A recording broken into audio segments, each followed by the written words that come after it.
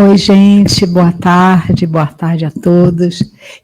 Que a paz e o amor do Mestre permaneçam em nossa reunião, em nossas vidas, hoje e sempre, tá?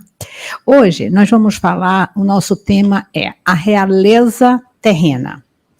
Esse título, ele se encontra no Evangelho segundo o Espiritismo, no capítulo 2, cujo título é Meu reino não é deste mundo, tá? Nesse capítulo, com essas palavras, Jesus afirma que o seu reino não é deste mundo.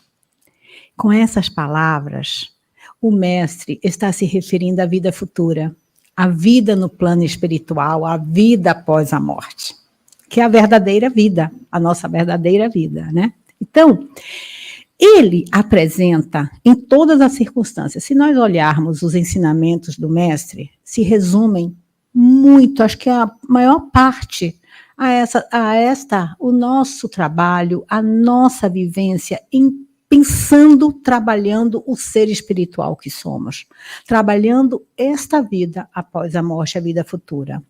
No século XIX, teve um padre jesuíta, ele era padre, filósofo, paleontólogo e teólogo.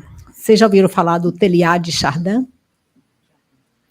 Ele tem uma frase que eu acho que ele resume brilhantemente o que Jesus está falando da vida futura. Olha o que ele diz. Não somos seres humanos vivendo uma experiência espiritual. Somos seres espirituais vivendo uma experiência humana. Entende? Eu vou repetir. Não somos seres humanos vivendo uma experiência espiritual. Nós somos seres espirituais vivendo uma experiência humana, ou seja, estamos de passagem aqui. E qual é o objetivo dessa passagem? Aprender, viver, né? Lembra que Jesus falou, eu sou o caminho, a verdade e a vida, ninguém vai ao Pai se não for por mim? Jesus estava mostrando que nos dando um grande ensinamento, um grande caminho para chegarmos a essa vida espiritual, através das suas palavras e principalmente dos seus exemplos. Tudo que Jesus falou, ele cumpriu. Não é aquele que a gente fala o discurso oco, é o efetivo. Tudo que ele tinha para dar estava nele e ele cumpriu com tudo isso. E cabe a nós utilizarmos os ensinamentos do mestre, né? É fácil? Ninguém disse que seria fácil, mas não custa nada tentar colocar no nosso radar como objetivo disso aí.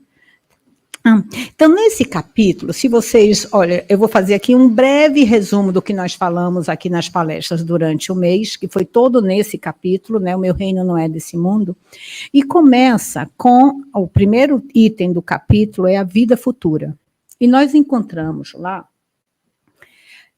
começa falando assim, que os judeus tinham uma ideia muito imprecisa acerca da vida futura. Foi falado isso aqui nas palestras, né? Os judeus não tinham uma ideia precisa da vida futura. Eles acreditavam nos anjos, considerando-os seres privilegiados da criação, mas não sabiam que os homens podem um dia tornar-se anjos e partilhar da felicidade deles. Os judeus acreditavam que, cumprindo as leis de Deus, seriam recompensados com os bens terrenos, tá? Com a supremacia da nação a que pertenciam, com a vitória sobre os inimigos.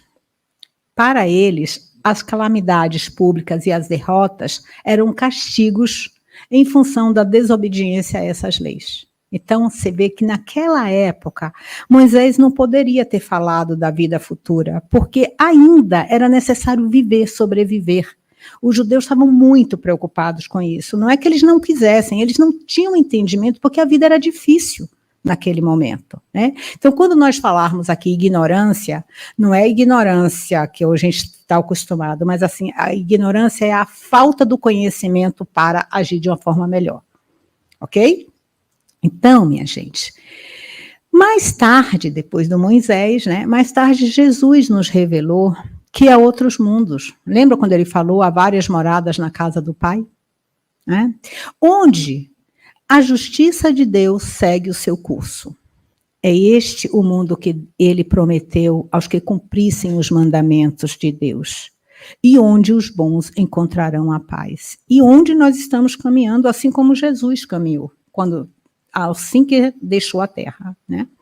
Cristo, percebendo o estado dos homens de sua época, ou seja, como nós já falamos, a incapacidade de compreender a profundidade dos seus ensinamentos a respeito da vida futura, limitou-se, de certo modo, a apresentá-la apenas como um princípio, como uma lei da natureza, cuja ação ninguém pode fugir. Todo cristão, portanto, necessariamente crê na vida futura, mas a ideia que muitos fazem dela é ainda muito vaga, incompleta e, por isso mesmo, falsa em diversos pontos. Com o Espiritismo, a vida futura deixa de ser um simples artigo de fé, um dogma, ou uma hipótese, e torna-se uma realidade material. Os fatos vieram demonstrar paulatinamente tudo isso que está no Evangelho segundo o Espiritismo. Pelo simples fato, olha o que ele levanta lá no Evangelho. Pelo simples fato de duvidar da vida futura, o homem dirige todos os seus pensamentos para a vida terrena. E aí é que começa tudo isso que a gente está passando hoje. Aquela coisa, aquele clichê, que é mais importante ter do que ser. E se você for apertar todas as situações das nossas vidas, nós realmente ainda continuamos, né, como judeus, dando muita importância à matéria. E várias ocasiões esquecemos de que nós somos seres espirituais vivendo uma vida terrena. Né? E aqui, então, gente, o Espiritismo vem nos ampliar essa visão e nos abre novos horizontes. Em vez dessa visão acanhada e restrita, que se concentra na vida atual, que faz deste instante que vivemos na Terra, único e frágil, eixo do porvir eterno, o Espiritismo, mostra que essa vida não passa de um elo no harmonioso e magnífico conjunto da obra do Criador. Mostra a solidariedade que une harmonicamente todas as existências dos seres, de todos os seres do mesmo mundo e os seres de todos os mundos. Esse conjunto, no tempo de Jesus, os homens não tinham ainda a capacidade de compreender. Por esse motivo, Jesus reservou para a posteridade. E os tempos chegaram. Está na hora de abrirmos os olhos e trabalharmos mais a vida futura, nos preocuparmos mais com isso. Né? Lá no Evangelho nós encontramos quem precisa sobre a vida futura proporciona inabalável fé no futuro.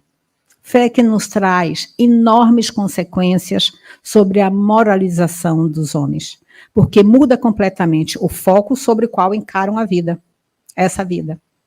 Quando se compreende a causa e os efeitos dos atos humanos no processo educativo determinado pelas leis divinas, passa-se a ver esses sofrimentos, as nossas dificuldades, como oportunidades de aprendizado e elevação espiritual, compreendendo que, se bem aproveitadas essas situações, né, elas nos darão bons frutos e grandes oportunidades de elevação espiritual. A aceitação pela compreensão, pelo entendimento, como é uma doutrina racional, ou seja, entendendo isso racionalmente, né, da continuidade da vida, leva o homem a transformar os sofrimentos em desafios que estimulam na sua superação ao esforço do desenvolvimento espiritual, número 1 do nosso objetivo, ou seja, na realidade, a transcender, a buscar novos parâmetros, novos patamares. Tá? Deus, e agora o que acontece? A realeza terrena deve ser entendida como a posse de bens materiais, os prazeres da vida. E lá no Evangelho nós encontramos a realeza terrestre, acaba com a vida. Foi rei aqui na Terra. Não chega a ser rei lá no plano. Então, a realeza terrestre acaba com a vida. A realeza moral se prolonga e mantém seu poder, governa, sobretudo, após a morte. Falando assim, nós gostaríamos de deixar bem claro que Deus, a doutrina espírita, não condena os prazeres terrestres. Muito ao contrário, nós viemos aqui para sermos felizes, aproveitarmos a vida. Onde está a condenação? No abuso desses bens. No colocar esses bens acima dos bens espirituais, que é o nosso objetivo. Ficou claro?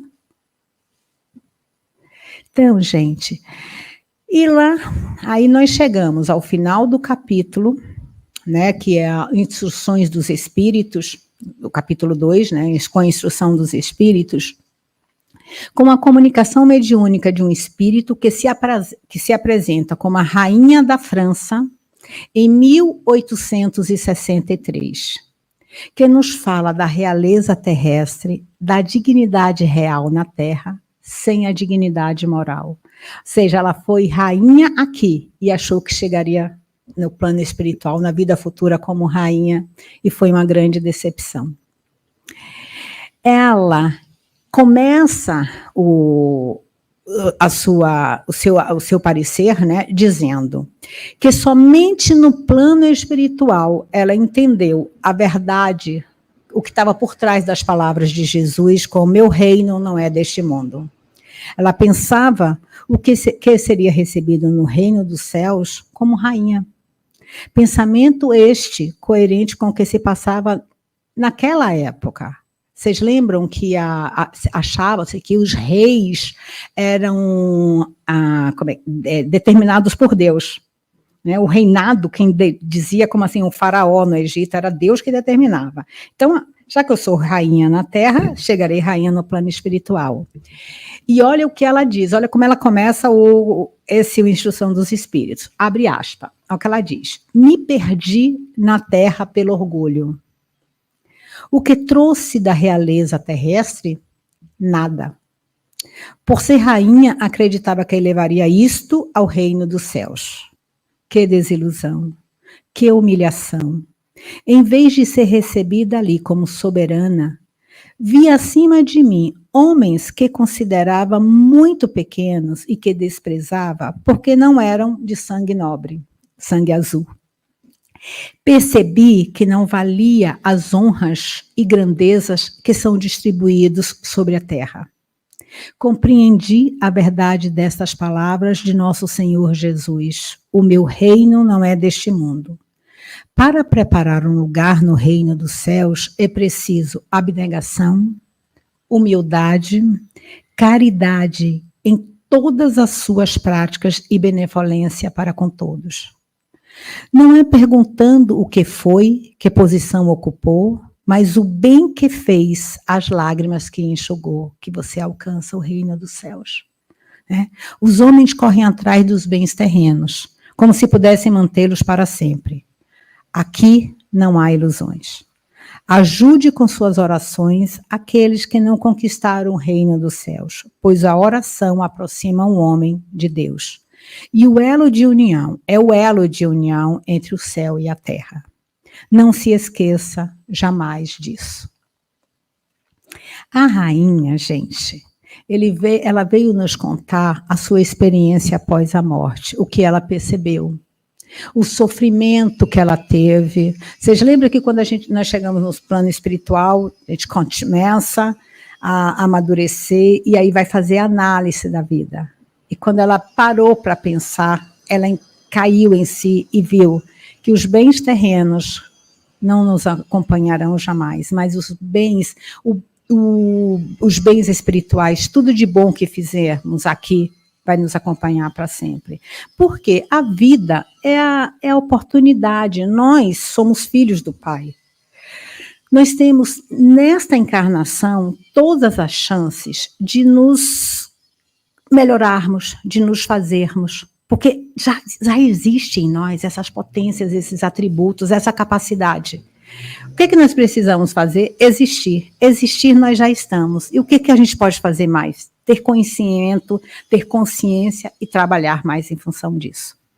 Ou seja, nós só somos nós só somos filhos do Pai, nós só chegaríamos ao plano espiritual melhores existindo, porque no nosso nível evolutivo a gente ainda precisa da matéria, do mundo material para trabalhar, para se burilar. Mas o importante é entender isso e começar a trabalhar em função dessa melhora. Ok? E aí, essa rainha, ao chegar e a entender isso, ela viu que Deus não privilegia nenhum dos seus filhos, dando a todos as mesmas experiências, através das quais se desenvolvem. Percebeu a nulidade dos esforços dos homens pelo poder e seus privilégios, nos seus diversos patamares e da necessidade da abnegação, da humildade, da caridade, da benevolência para com todos. Entendeu que para penetrar no reino de Deus, somente as ações nobres em favor dos outros se constituem na chave que abre as portas deste reino de paz e felicidade. É uma comunicação que merece muita atenção e reflexão de nossa parte. Visto que se somos reis e rainhas, visto que se não somos reis nem rainhas, temos, todavia, no nosso pequeno dia a dia, nos nossos pequenos reinos, né, onde somos pais, esposa, mãe, até um funcionário, né? E como é que nós temos trabalhado nisso aí, no nosso dia a dia? Como nos comportamos em todas as situações das nossas vidas? Estamos trabalhando em função de uma vida espiritual melhor ou visando só o aqui e o agora, né? É necessário entendermos que antes de praticarmos a caridade, que se manifesta exteriormente nos variados setores da vida, precisamos praticar a caridade essencial. Sem essa, não poderemos efetuar a edificação e redenção de nós mesmos. A caridade essencial trata-se da caridade de pensamentos, do que falamos, do que sentimos. A Cleide leu nesse instante, onde está o teu pensamento, ali te encontra os teus valores, o teu objetivo, onde você quer chegar. Né? Então, segundo, trata-se da caridade de pensarmos, falarmos e agirmos segundo os ensinamentos de Jesus no Evangelho. E é a caridade de vivermos verdadeiramente nele e para ele. Sem esta, poderemos levar a efeito grandes serviços externos, alcançar intercessões valiosas em nosso benefício, espalhar notáveis obras de pedra. Mas dentro de nós mesmos, nos instantes de supremo testemunho de fé, estaremos vazios e desolados na condição ainda de mendigos da luz. O planeta Terra oferece um vasto campo de experiência. As nossas vidas diariamente nos dão N oportunidades de trabalharmos. O que é preciso aproveitá-lo integralmente em todos os seus aspectos. Nas lutas do dia a dia, no crescimento intelectual que nos ajuda a sermos pessoas melhores, na elevação dos sentimentos que nos engrandecem e nos conduzem para junto do Pai. Tudo na medida certa, sem orgulho, sem vaidade, sem ambição, como fórmula para construirmos devagarzinho a nossa realeza moral. Voltemos nosso olhar para a prática infindável do bem, da caridade, do amor ao próximo, como Jesus nos ensinou. Ao trabalharmos em qualquer lugar, devemos ter sempre em mente as leis morais para que elas nos abram campos para melhorarmos as nossas condições espirituais pela transformação de nossos sentimentos e atitudes. Ao passarmos por momentos difíceis, aproveitarmos todas essas oportunidades que o Pai nos concedeu. E aí, então, lembrando sempre que o título de rei que Jesus detém, ainda hoje, advém do mérito moral e este permanece eternamente. todo aquele que tem qualquer tipo de autoridade na terra deve fazer bom uso dele, porque terá de prestar contas a Deus da autoridade que foi concedida a si. Mas essa prestação de contas, gente, não é que Deus vai cobrar nada, não. É a nossa consciência, que é o maior juiz que nós podemos encontrar, né? Então, o valor do reinado terreno, portanto, se não for bem entendido e aproveitado, servirá apenas como fonte de desilusão, que poderá levar o homem a negligenciar os valores únicos, sólidos e permanentes que nos aproximam de Deus. Se a realeza terrena for alicerçada no bem e no amor, ela ajudará a construir a realeza moral, o império onde a paz reinará soberana para sempre. Sobre este aspecto, não é Jesus mais poderoso do que qualquer soberano terreno? Por esta razão, ele disse a Pilatos: não sou rei, mas meu reino não é deste mundo. Boa tarde. Boa tarde, boa semana a todos.